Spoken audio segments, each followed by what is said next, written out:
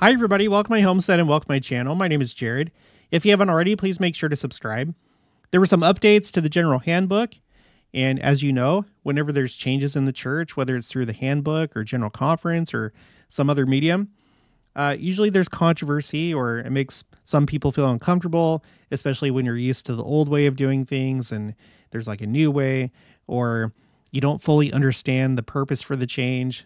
And then even worse, if you feel like it's a temporary victory of the adversary over church policy, then that can be especially uncomfortable. And so I want to talk about this because I think there is a proper way to view this. I think we need to avoid having knee-jerk reactions and really understand what's going on. And I think I can help you with this if you're concerned about what just changed. So before we dig into it, I have updated the Flood the Earth Challenge, which is where we're sharing the Book of Mormon. So far, we're at 9,934 copies of the Book of Mormon that have been shared. And we're trying to get to 10,000. So we're getting really close to that. And once we hit that, I'll do a special live stream and we'll celebrate. So keep up the good work, everybody. We have 1,156 people that have joined. So if you haven't participated in this yet, please consider doing so. Just share a copy of the Book of Mormon, whether it's a digital copy, like the Book of Mormon app, or whether it's a physical copy. Let me know in the comments or send me an email and make sure to include #flood. And then I'll get it updated on my spreadsheet. And I'll update you to let you know whatever your running tally is. Okay, over here towards the left is where I track everything. Okay, so let's take a look at this. The August 2024 update to the General Handbook. The latest update to the General Handbook, Serving in the Church of Jesus Christ of Latter-day Saints, is now available. The digital document, which is updated twice a year, which we may have already covered that fact before on the channel. I'm not sure. If we did, I didn't remember it. But okay, so they update it twice a year. Now pay attention to this next part. Pay attention closely. Is prepared under the direction of the First Presidency and Quorum of the 12 Apostles. And who directs them? Well, thankfully, this article gives us a hint. Let's just scroll back up. You may have missed it. Jesus Christ. This is his church. And whether it's by his own voice or the voice of his servants, it's the same. That's from the first section of the Doctrine and Covenants. So let's keep that in mind, because I think sometimes we get very distrustful of any authority, and we think that, you know, there are worldly influences, there are secret combinations, but I think sometimes we give them too much power in our minds than what they actually have, especially when we're thinking about the leadership of the church. Sometimes we're prone to think that they're just a committee of old men. It's like bureaucratic. And we don't really see them for what they actually are. Prophets, seers, and revelators under the direction of Jesus Christ. Please understand that as we think about these changes. Okay, continuing. I have a few highlights, just a couple of the changes. The first one that I have highlighted is this, just because I think it's cute. Added direction that young women class presidents now organize the youth to welcome visitors and members to sacrament meeting, which I love that. I have 2 teenage girls that are in young women's, so I like that a lot. And just a quick tangent. Yesterday, YouTube recommended this channel to me called Cover to Cover. This is Ruth.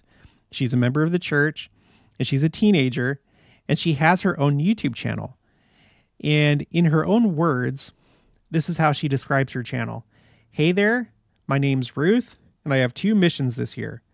The first one is to read the entire Book of Mormon from cover to cover for the first time, and hence the name of the channel. My second mission is to help teens across the world learn about the Book of Mormon and what it is. It's hard to read the scriptures, which is what I'm here for. My goal is to help you understand them in a way that is relatable to you and your life. So are you ready? Yeah, I am. Let's go. P.S. You can also listen as a podcast on Spotify, iHeart, and Amazon Music. Oh, and don't forget to check out my main YouTube channel and my vlog channel, Ruth. So, you guys, please, I'm adding her to my featured channels. She has 20 subscribers right now. It would make me, and I'm sure her, very, very happy to suddenly go up in subscribers, especially if you have youth in your household. If you have teenagers, please subscribe to this. She's being inspired to share the gospel and share her insights and do a study of the scriptures. So please support her in this. And I think it's good for teenagers to listen to other teenagers that are inspired. So please subscribe. I'll put a link for her channel in the description box below. Okay, so back to this article. I'm going to skip down. Okay, there were added instructions about caring for the garment and about medical conditions that may prevent members from wearing the garment.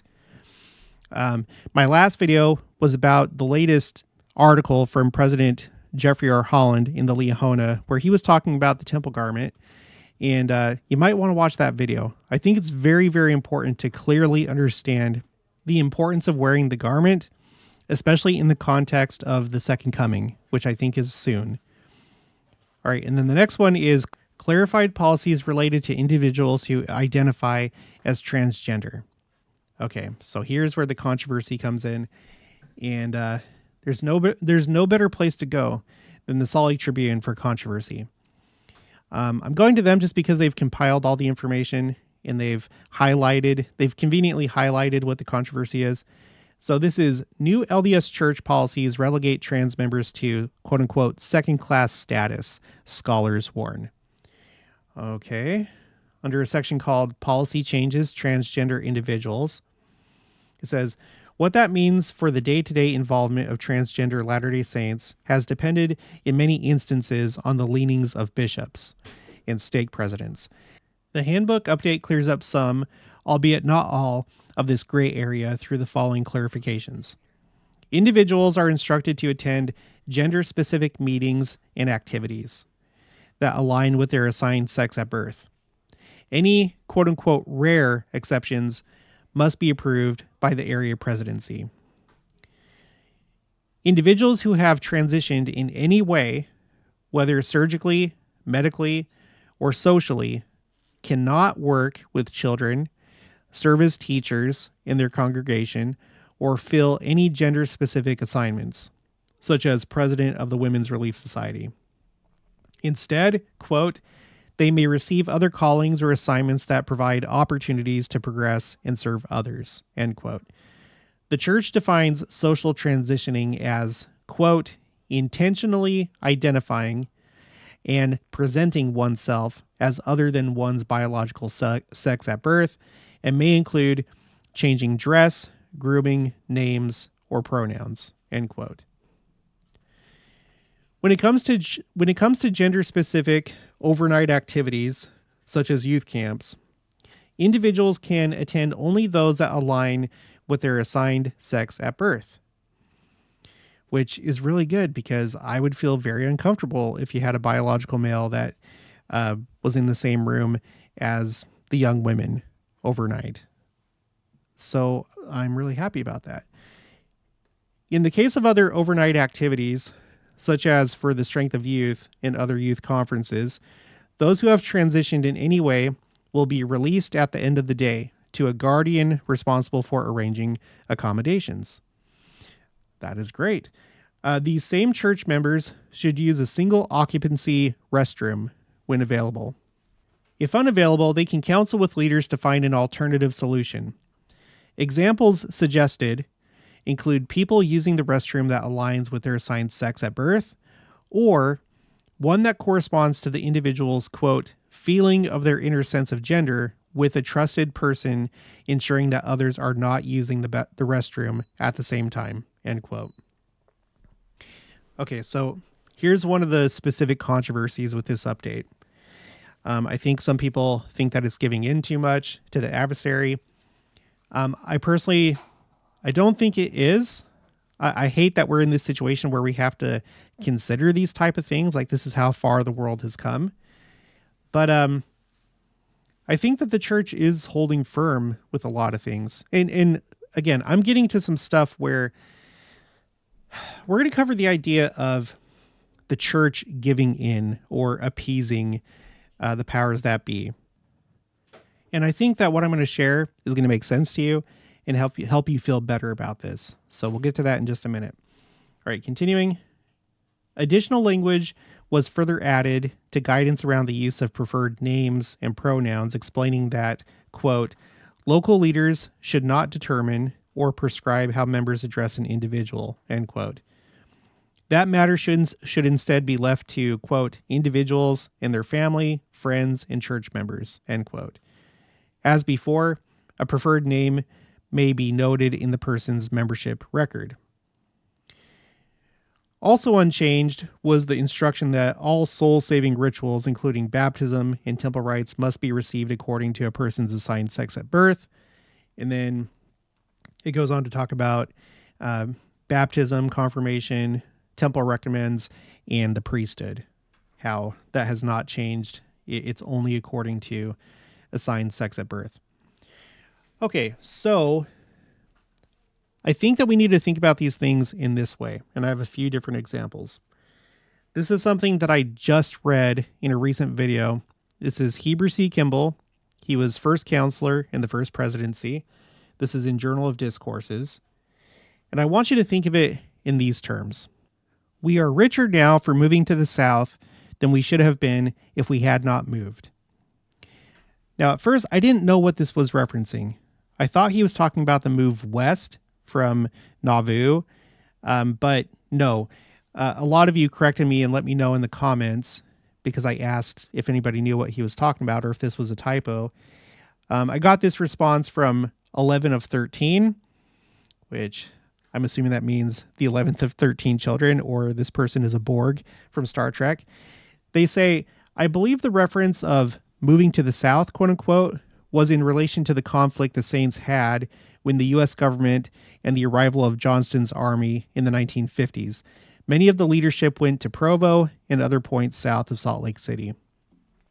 Okay, so in other words, instead of like staying and fighting and becoming kind of like the Zealots at the time of Christ who, fought against the Romans, they killed other Jews that were sympathetic to the Romans. They were very belligerent, very extreme. Instead of taking that approach, church leadership went to the South. They didn't stay and fight the army. Okay, so continuing. We are richer now for moving to the South than we should have been if we had not moved. What did we save by it? It saved the difficulty that would have brought you into sorrow, probably all the days of your life, if you had withstood that army and shed blood. But by that move, you saved your blood and the blood of your enemies, and in this, you did a good deed. It cost considerable, but pay attention to this. But Father booked it against them, and he will make them pay the debt. So you guys, whenever we have things like this happen, whenever the church is pressured and kind of cornered, and you think that we're losing the war or the adversary has had a victory, they may have had a temporary victory. But we need to have faith that this is Christ's church and he is in charge. And he oversees not just the church, but the entire world, all of humanity. He is all powerful. And everybody is indebted to him. You understand? So, Father booked it against them, and he will make them pay the debt. We might have to do such a thing again. And I would say, I think that's essentially what's happening now with so many issues. We may not be physically going to Utah Valley for safety or avoiding conflict, but we're doing so spiritually, socially. We're not going back. We're not like breaking the commandments, but I think things are being done in such a way that it doesn't lead to a greater conflict in further attacks or restrictions on the church. All right, he continues. I do not know anything about it, but I'm pretty sure of one thing. We shall go to Jackson County, Missouri. That is, those who do right and honor their calling, doing what they have been told to do. The next instance that came to mind was this, Official Declaration 1, which has to do with the end of plural marriage. This is Wilford Woodruff, and he says, "The Lord showed me by vision and revelation exactly what would take place if we did not stop this practice. If we had not stopped it, you would have had no use for it. Any of the men in this temple at Logan, for all ordinances, would be stopped throughout the land of Zion. Confusion would reign throughout Israel, and many men would be made prisoners. This trouble would have come upon the whole church, and we should have been compelled to stop the practice." Now, the question is whether it should be stopped in this manner, or in the way the Lord has manifested to us, and leave our prophets and apostles and fathers free men, and the temples in the hands of the people, so that the dead may be redeemed. A large number has already been delivered from the prison house in the spirit world by this people, and shall the work go on or stop? This is the question I lay before the Latter-day Saints. You have to judge for yourselves. I want you to answer it for yourselves. I shall not answer it, but I shall say to you that that is exactly the condition we as a people would have been in had we not taken the course we have. You guys, I think that this is the true meaning behind this scripture in Matthew 5, verse 25. This is the Savior talking. "Agree with thine adversary quickly, whilst thou art in the way with him, lest at any time the adversary deliver thee to the judge, and the judge deliver thee to the officer, and thou be cast into prison. Verily I say unto thee, thou shalt by no means come out thence till thou hast paid the uttermost farthing." So, I don't think that any of these things are ideal. The church is very clear on doctrine, what is right and what is wrong. And you have some people that are struggling with this confusion, being tempted by the world, encouraged by the world to do something that's wrong, right? But what's more important? For the church to continue forward, doing what it's doing the work of salvation, or to draw more and more criticism and attacks from the church, which could potentially stop some of the things that we're doing. If the tribulation became so much and if the persecution became so much, if it went to such an extent. I think we need to think about that. I think that it's good to get well ahead of things to try and keep those things from coming, rather than sticking to your guns all the way to the point where it becomes something very serious that threatens the church. Does that make sense? I had a couple other things to share. This is on my spreadsheet called Quotes, Common Misconceptions. The topic is New Jerusalem. The misconception is we have been excused from building New Jerusalem in Jackson County, Missouri. So Doctrine and Covenants 124, 49 through 51. "Verily, verily, I say unto you, that when I give a commandment to any of the sons of men to do a work unto my name, and those sons of men go with all their might, and with all they have to perform that work, and cease not their diligence, and their enemies come upon them, and hinder them from performing that work, behold, it behooveth me to require that work no more at the hands of those sons of men, but to accept of their offerings. And the iniquity and transgression of my holy laws and commandments will I visit upon the heads of those who have hindered my work." You guys, it's okay. It's not ideal, but it's okay for the adversary, those in this life that are against the church, to have their agency, make their moves, have temporary victories, because their transgression is going to be visited upon their own heads. Everything's going to be all right in the end. And the Lord works through very practical means. There are miracles, and he does guide this work, but it's not just like this invincible, like perfectly invincible thing. You have to allow the other side to have agency and to draw blood so that they can be held guilty at the final judgment. You understand?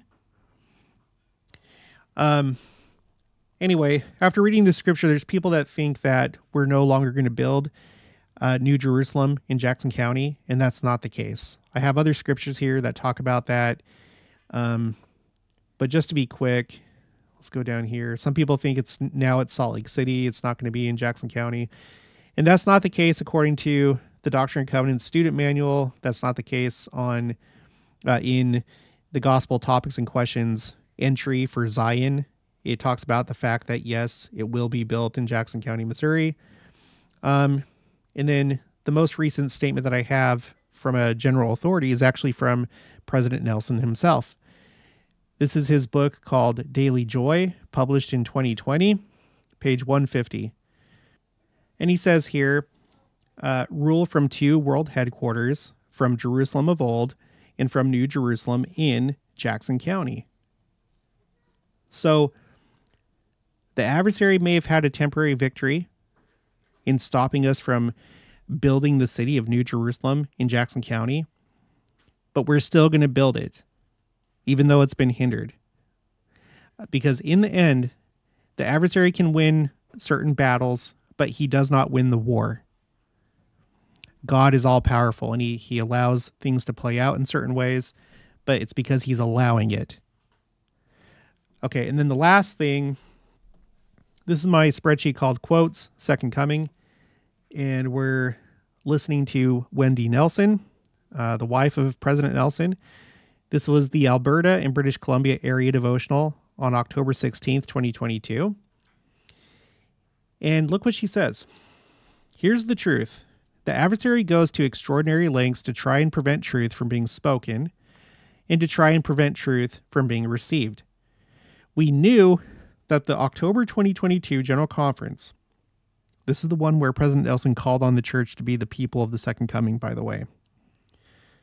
We knew that the October 2022 General Conference was going to be a singular experience based solely upon the number and intensity of trials and attacks prior to conference. That's probably all I need to say about it at this point. However, look me up in the next world and I'll tell you more. A lot more. Okay, so just before that, basically like at the same time, there were articles coming out about this big cyber attack on the church. It was a state-sponsored cyber attack that happened in March of 2022. So that's just like one example of attacks against the church. And, we're not privy to everything. Who knows everything else that's gone on that we don't know about? So I don't get too upset at things like this because they're very minor. Yes, it is very irritating. You guys, listen, I've said this before on the channel. I have a brother who's a biological male. He lives in California and he's living a transgender lifestyle. And we disagree. We definitely don't see eye to eye on things. I don't condone what he's doing. I don't advocate for what he's doing, but we're still able to get together in family settings and be friendly with each other and respectful. But I don't give in to any of that. I don't go along with it. And he understands, and we just, we live our own lives. And I teach my children right. And we talk about this situation in our family, and they understand. So I don't necessarily need the church to do that because that's my job as a parent, is to teach my children. And they listen and they learn. And so anyway, I think that we should see these things that take place, take note of them. And it's okay to feel bad about what's going on, but we know that the world is just getting more and more wicked. There's probably going to be more of this type of thing in the future. So I wouldn't be surprised. But what we should understand is that God is in control, and he counts these things against them, those that attack the church. So in the end, they will get their reward, and we will get our reward, and everything's going to go the way that it's supposed to go. All right, well, that's going to be it for this one. So if you haven't already, please make sure to subscribe, Like this video if you liked it. Leave your thoughts and opinions down in the comments below. Also, make sure to share it, and I'll talk to you guys later.